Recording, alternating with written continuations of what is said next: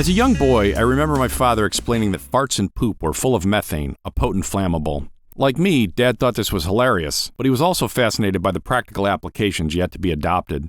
I remember the wistful look Dad got when he told me how sewage would one day be like gold. If we could just find a way to harness that energy, Dad's voice trailed off with a half smile and nodding head. Just think how all those turds can power the world. I wasn't sure about powering the world, but it seemed like my old man generated a few kilowatts every time he spent an hour on the John reading tech articles in National Geographic. I was about 9 years old, around the time of the late 70s energy crisis, so Dad's preoccupation was understandable. Now, with the need for alternative energy greater than ever, I also spend many hours pondering excrement as fuel. I watch YouTube videos and read articles about building biodigesters in the backyard. Just as soon as we get a place, I assure my bored-looking wife, we're going to cook on our own gas. I outline how we'll start a collective and the neighbors will bring us barrels of dog shit so we can save the world and stick it to the power company. My wife utters in lieu of speaking.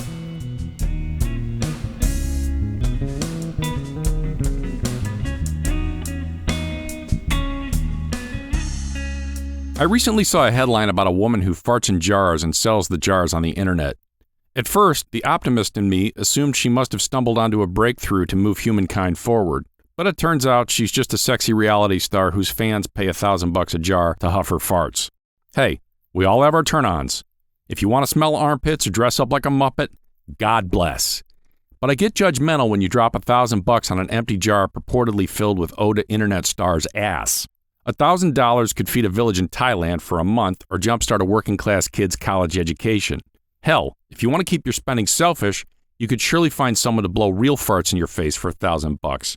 Not that anyone's asked me, but I'll be happy to fart on you for $1,000. Every night in bed I accidentally fart on my wife and she doesn't pay me a thing. But I feel the fart jar represents a tear in our delicate social fabric. At least let the Commerce Department regulate sales or get PricewaterhouseCoopers to independently verify the farts are authentic. It's just the principle that rubs me wrong. As I get older, I'm crankier about the waste of human potential. I think, God didn't give us the power of language so I can turn on my TV and suffer the word salad tossers on Judge Judy. I think Americans have gotten less contemplative and louder at the same time. Guys in church that read, "Blow me, bro," or young women who fart in jars for cash would probably say this is a free country and they can express themselves however they damn well please.